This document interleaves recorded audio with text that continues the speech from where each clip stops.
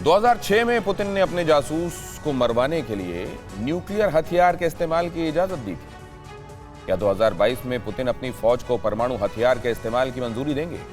जवाब सिर्फ पुतिन के पास है, लेकिन अमेरिका और पश्चिमी देशों ने जिस तरह से यूक्रेन को हथियारों की सप्लाई कर युद्ध की आग को भड़काया है, उससे पुतिन का पारा हाई है।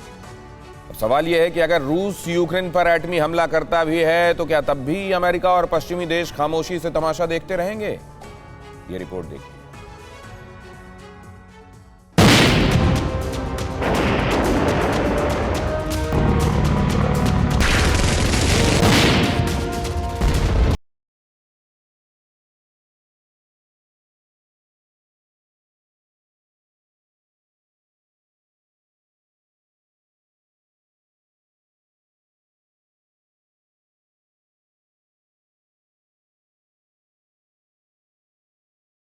पुतिन की पलटन के खिलाफ ये यूक्रेन का जबरदस्त पलटवार है। रॉकेट लॉन्चर से सरसरा कर निकलती एक के बाद एक मिसाइल बता रही हैं कि यूक्रेन की लड़ाई में रूस क्यों पिछड़ा।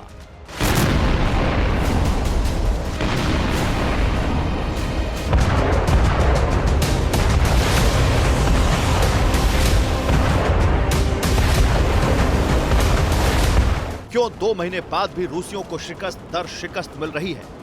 रूस की फौज के सामने यूक्रेन जैसे अदने से मुल्क की हैसियत बित्ती भर की थी, लेकिन पुतिन जानते थे कि यूक्रेन पर हमले के बाद अमेरिका उकसाएगा, यूरोप हथियार भेजेगा। इसीलिए पहले ही हमले के पहले ही दिन दुनिया को युद्ध से दूर रहने की धमकी दे दी थी।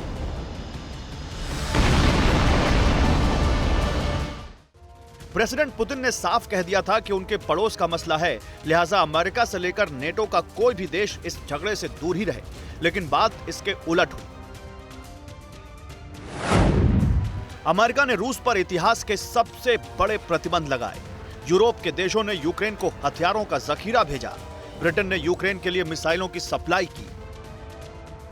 एक हफ्ते के दौरान रूस के बाकी पड़ोसी देश फिनलैंड से लेकर स्वीडन तक नेटो में शामिल होने की पहल कर चुके हैं।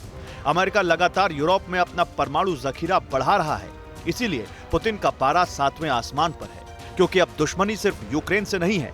रूस अपने हर उस दुश्मन का हिसाब बराबर करना चाहता है जिसने यूरोप की दहलीज को जंग की आग में सुलगाने की साजिश की। पुतिन क्यों परमाणु बम दाग सकते हैं, इसकी वजह भी सामने आ चुकी है।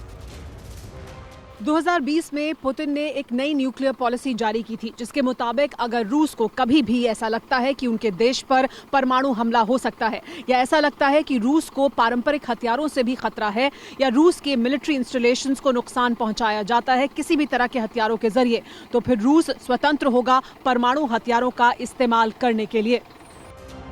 रूस के पास अब तक इनमें से एक भी वजह नहीं थी, लेकिन अब बहाना मिल चुका है जिसकी तस्दीक ये तस्वीरें करती हैं। रूस के बेलगोरोड शहर पर लगातार दूसरे दिन हमला किया। रूस का दावा है कि हमले के पीछे यूक्रेनी सेना का हाथ है। 2 हफ्ते पहले भी यूक्रेन की सरहद के इस शहर को मिसाइलों से निशाना बनाया गया था। खास बात यह है कि सेकेंड वर्ल्ड वॉर के बाद पहली बार विदेशी जमीन से रूस के शहरों को टारगेट किया गया है। इसीलिए माना जा रहा है कि रूस को यूक्रेन पर परमाणु हमले का बहाना मिल चुका है। परवाह देश की, सोमवार से शुक्रवार रात 10 बजे TV9 भारतवर्ष पर।